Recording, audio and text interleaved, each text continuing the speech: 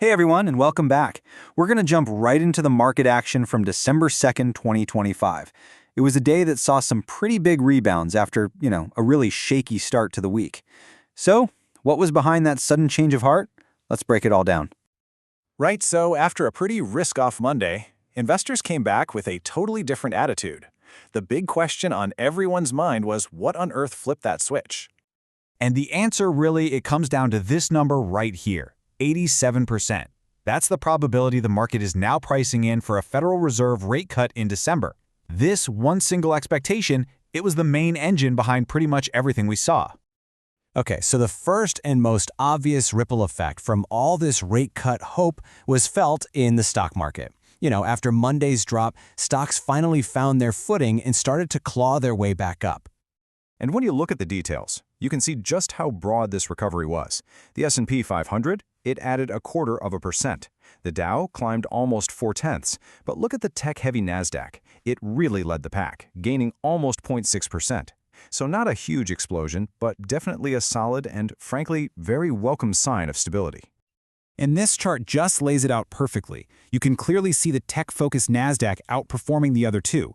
What does that tell us? It suggests that investor confidence was flowing right back into those growth and tech stocks that are often the most sensitive to what people think is going to happen with interest rates. Now let's jump over to the commodities market, because this is where it gets really interesting. It wasn't just stocks on the move. Over here, we saw this incredible split, a true tale of two completely different stories playing out at the exact same time. So on one side, you had silver, which was just surging on really strong industrial demand. Think solar panels, electronics, that kind of thing. But then on the other side, you had crude oil, which actually slipped. And why? Well, you've got record high production here in the US and rising stockpiles, which just sparked fears of an oversupply. In silver's day, wow, it was truly something to see. It blasted to a new record high of $58.42 an ounce. That's a jump of nearly 3.5% in just one session, an incredible continuation of the run it's been on this year. So what about gold? Well, it actually pulled back just a little bit. It had just hit a 6-week high the day before, so it really just looks like some investors decided to cash in and take some profits off the table. But don't let that tiny dip fool you. It's still up almost 60% for the year, thanks in large part to all the central bank buying.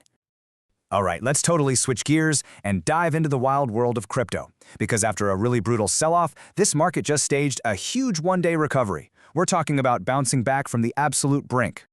And to really get how big this rebound was, you have to remember where we were. The market was in a state of extreme fear. That's according to the Fear and Greed Index. Bitcoin had just dropped 30% in a month, briefly wiping out all of its gains for 2025. Billions in liquidations, massive ETF outflows, sentiment had been completely hammered. And then, the bounce. This chart just shows the sheer power of that recovery.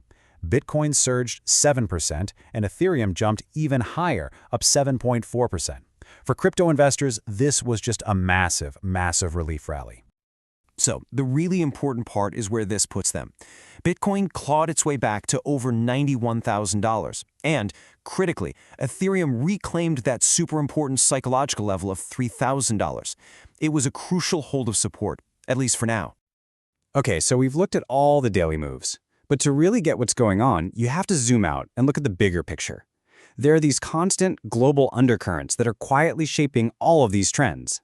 Yeah, these aren't the things driving the headlines every single hour, but they are absolutely crucial.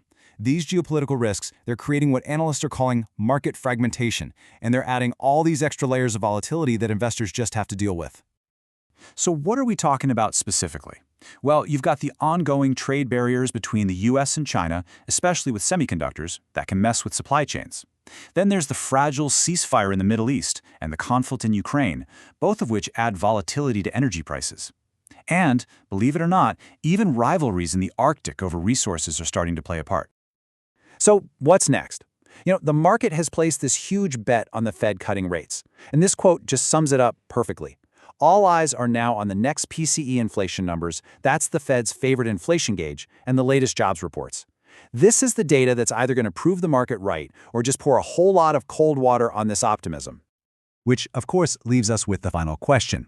Historically, December is a great month for stocks. With rate cuts seemingly on the horizon, is this rebound the start of a traditional year-end Santa rally?